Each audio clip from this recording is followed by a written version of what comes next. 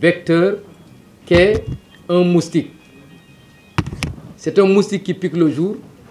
On ne fait rien, on ne peut rien faire pour empêcher au moustique de piquer.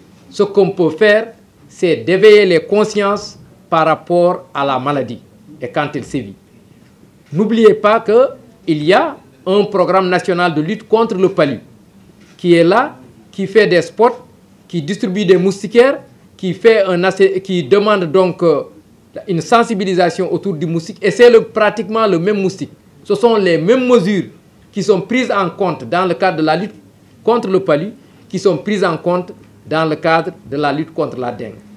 Donc, les mesures qui sont valables pour le palu sont valables pour la dengue et pour les autres. Donc, ça ne sert pas à grand-chose à dire que la dengue est là. Il faut essayer de la prévenir. Le vecteur, il est là. Il vit avec nous. Donc, les mêmes mesures qui sont préconisées, il y a combien de moustiquaires? Plus de 8 millions de moustiquaires ou bien ont été en train d'être distribués. Il y a l'assainissement du milieu, etc. Donc, c'est ça par rapport à ce qu'on appelle les mesures de prévention par rapport à la dengue. Et par rapport à la vitesse également, il n'y a pas une vitesse particulière par rapport à la dengue. C'est des maladies, comme je dis, qui apparaissent et au bout d'un certain temps. Il dit pourquoi on n'est pas revenu sur les chiffres. Je veux m'arrêter un peu sur les chiffres. Les journalistes aiment bien les chiffres. Oui. Encore une fois, dans une épidémie, nous, c'est pas ce qui nous intéresse, ce n'est pas les chiffres. Nous, ce n'est pas les chiffres qui nous intéressent. Ce qui nous intéresse, c'est le comportement de la courbe qui nous intéresse, encore une fois. C'est le comportement. Eux, en posant une question, ils disent combien de cas il y a. Ce n'est pas ça, en fait. Parce que si vous regardez le nombre de cas que vous avez, par exemple, à Touba ou à Fatick, ce n'est pas des cas qui sont apparus. C'est plusieurs prélèvements qu'on a fait et qu'on a analysés d'un seul coup. Ce n'est pas les malades qui tombaient un jour, deuxième jour, etc. Non, on a pris quadrillé la ville, on a dit on va chercher. Parce qu'à Touba, pour prévenir, on est allé à Touba, c'est nous qui sommes allés chercher. Parce que dès que c'est arrivé à Fatick, on est allé chercher. Et aussi, il faut savoir que cette maladie, si elle a été détectée à Fatick, ce sont des mesures de prévention qui l'ont détectée. C'est parce qu'on a élevé la lutte d'un cran qu'on a pu détecter. Donc, pour dire qu'il n'y a pas de mesures de prévention, il y a bien des mesures de prévention. La surveillance a été réactivée à cette période en disant à tous les prestataires de services, attention, à cette période donnée de l'année, il faudra ouvrir les yeux parce que c'est la période de la saison des pluies et c'est la période où apparaissent certaines maladies à potentiel épidémique, dont la dengue. Donc, on a réactivé le système de surveillance. C'est ce qui fait qu'on a détecté à Fatick, on a accentué la pression sur Touba parce que sachant que c'est le Magal qui se présente actuellement et on a pu détecter des cas. Et c'est la même pression qui est mise actuellement de vigueur au niveau de Tivaouane parce que nous avons en tête tous les grands événements. Donc si la maladie a été détectée, c'est parce que des mesures de sensibilisation, des fiches de sensibilisation et de détection des pièges ont été faits qu'on a pu détecter ça. Donc les mesures de prévention sont là. Par rapport à Fatou, elle dit combien de cas de décès. Encore une fois, je disais le nombre de cas, on peut faire le point par rapport au nombre de cas. Au niveau de Touba, par exemple, nous avons eu aujourd'hui à la date d'aujourd'hui, et les chiffres également, on dit toujours à la date due. Parce que je peux parler maintenant, au sortir, on vous dit tant, vous dites, c'est pas ce que vous avez dit. C'est à la date du 22 octobre 2018, et il est pratiquement 16h30, nous avons eu, par rapport à 221 cas de 21 prélèvements traités, nous avons pu recueillir 54 cas positifs. Par rapport à Touba, par rapport à 221 cas prélèvements traités, 50 cas positifs. Tandis qu'au niveau de... Et parmi ces cas également, signaler qu'il y a des cas même guéris, parce que ce sont des prélèvements qui ont été effectués depuis longtemps. On regarde les registres, c'est une recherche active. Nous sommes dans un contexte du Magal. Nous faisons une recherche active. On va dans les maisons, on exploite les registres. Si on voit quelqu'un qui a la fièvre, on va essayer de rechercher ce que c'est. Parce que ça nous permet de lutter contre la maladie. Bon, il a parlé d'une maladie endémique. La maladie endémique dans plus de 100 pays. Ça veut dire que c'est une maladie qui est là. Une maladie là où c'est endémique, ça veut dire que soit le virus il est là, soit le germe il est là, soit le vecteur il est là, il est à l'état dormant quelque part. Est-ce que vous avez vu? Maintenant, par un concours de circonstances, ça peut s'activer et puis la maladie apparaître. Donc aujourd'hui, ce qui a été vu, c'était juste pour expliquer fatigue, ça a été contrôlé. Pourquoi donc Touba a été atteint? Donc c'est comme si, en fait, bon, là je pense que le docteur Bori pourrait peut-être me préciser par rapport à la souche même qui est à Touba, c'est le même qui a été à Fatigue. Bon, peut-être il pourra vous donner peut-être une explication même par rapport à cela. Mais c'est dire que s'il y a des interventions au niveau de Touba par rapport au saupoudrage, Touba, nous avons utilisé d'autres techniques de traitement spatial qui n'a pas utilisé la poudre. Comme on avait fait à Fatigue aussi, nous n'avons pas utilisé la poudre. Nous avons fait une pulvérisation spatiale à partir d'une technique de thermonébulisation. Donc c'est d'autres appareils qui utilisent des insecticides, mais qui ont un effet beaucoup plus efficace, mais pas avec la poudre qui pose quand même quelques effets nocifs par rapport à certains qui ne le supportent pas.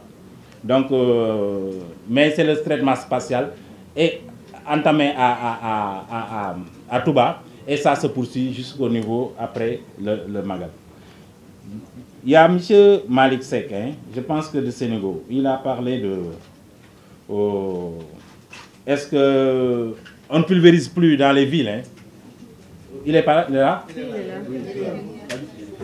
Oui, bon, peut-être qu'on ne le fait pas d'une manière coordonnée à l'échelle nationale, mais quand même les pulvérisations se font, même ici à Dakar, souvent on le fait en fonction des communes. C'est-à-dire que, bon, on peut traiter une commune. Bon, l'idéal serait vraiment de faire des opérations coordonnées sur toute l'étendue de vaste territoire pour pouvoir avoir le maximum de trucs. Mais souvent, nous le faisons par portion, quoi. On vise une commune, on traite une commune, on peut rester quelque temps, ensuite viser une autre commune, on le traite. Et même à l'intérieur aussi, notamment s'il y a des événements de cette nature aussi, souvent les gens ils le font. Bon, mais comme ça se faisait dans le temps, il faut avouer que bon, nous ne sommes pas en mesure de les exécuter. Parce que bon, c'est des traitements qu'il fallait faire bon, d'une manière très répétée, mais au moins tous les 2 ou 3 mois, faire vraiment des traitements un peu partout. Mais là quand même aussi, il faut dire que les effectifs et puis bon, voilà, les intrants peut-être posent quelques petits problèmes, ça il faut l'avouer. Maintenant, par rapport à Yamoussa, il parlait de problème de vaccin. Il n'y a pas de vaccin. Bon, mais je pense que ce n'est pas parce qu'il n'y a pas de vaccin qu'on ne peut pas régler une situation. On a vu le cas Ebola. Le Ebola, il n'y avait pas de vaccin. Mais il y a des mesures alternatives. Parce que bon, il y a eu vraiment une mise en œuvre de mesures alternatives de prévention qui ont porté ses fruits et qui a permis de stopper l'évolution du premier cas de maladie Ebola qui était introduit au Sénégal.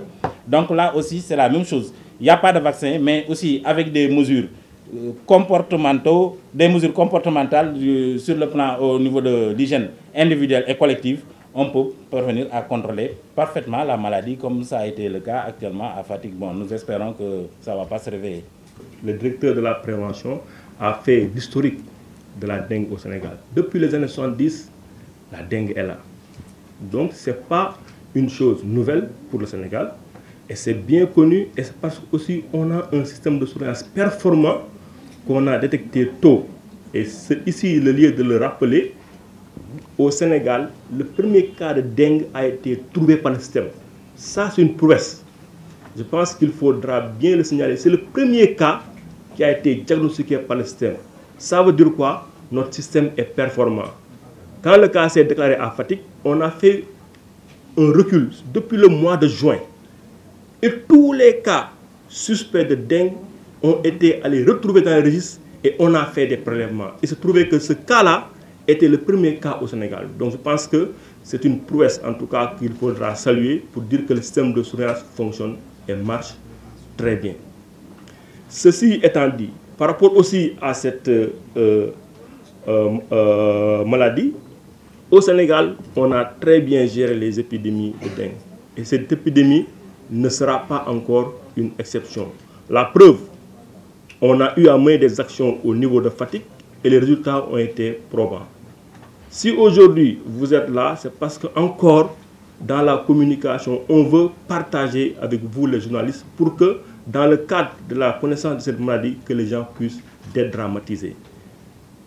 Fatick, on a un succès parce que c'est rare que dans une épidémie, en 2 semaines, qu'on puisse juguler l'épidémie au niveau de Fatick. Et ça, les chiffres sont là, ils l'ont démontré. Et à Touba, l'un des objectifs, parce que aussi dans ce qu'on appelle l'évaluation du risque, Touba, on devait anticiper.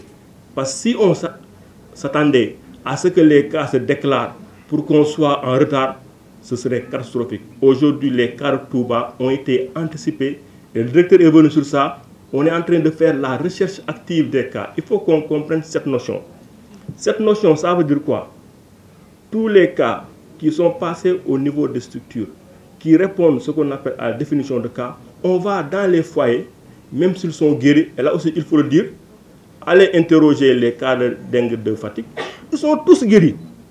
Aujourd'hui, tout le monde va à ses occupations. Donc pourquoi dramatiser quelque chose? Les gens contractent la maladie, en guérissent et en tout cas font leur vague à leurs préoccupations.